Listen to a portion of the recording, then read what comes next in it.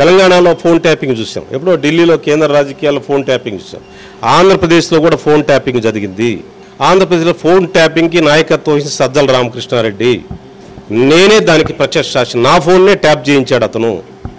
అతనికి ఏంటి, తనకు నచ్చిన వాళ్ళ ఫోన్లు ట్యాప్ అయినా అది చెప్పడం ముఖ్యమంత్రి గారికి.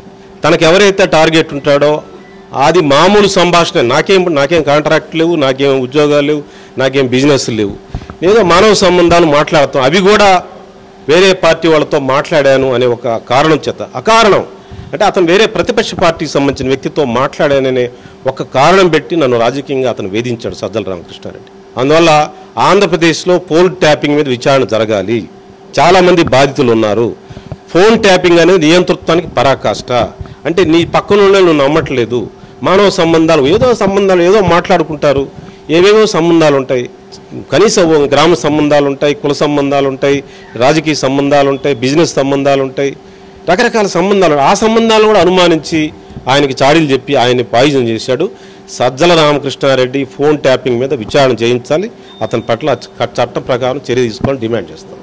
ఫోన్ ట్యాపింగ్ చట్టం ప్రకారం నేనే బాధితుడు. నా ఫోనే ట్యాప్ చేశారు, నేనే దానికి సాక్ష్యం, నేనే బాధితుడిని. నన్ను జగన్మోహన్ రెడ్డి గారు దూరం చేసిందే సజ్జల రామకృష్ణారెడ్డి. ఇట్లా చాలామంది ఉన్నారు. అతని టార్గెట్లో సజ్జల రామకృష్ణ టార్గెట్ చేశాడంటే ఫోన్ ట్యాపింగ్ పెడతాడు, పెట్టి వాళ్ళు ఇరికిచ్చి ఏదో సంభాషిస్తారు, ఏదో బిజినెస్ చేసుకుంటారు.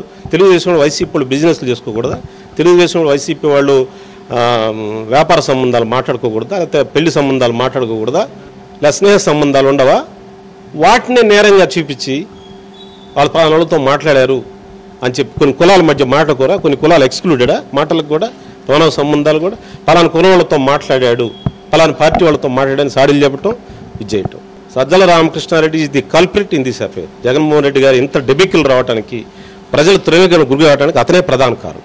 వర్గీకరణ ఆల్రెడీ సుప్రీంకోర్టులో ఉంది, జడ్జిమెంట్ త్వరలో వచ్చిన తర్వాత వర్గీకరణ ఇంప్లిమెంటేషన్ కోసం ఈ ఎస్సీ ఎస్టీల మధ్య ఐక్యత కోసం గట్టిగా పనిచేస్తాం.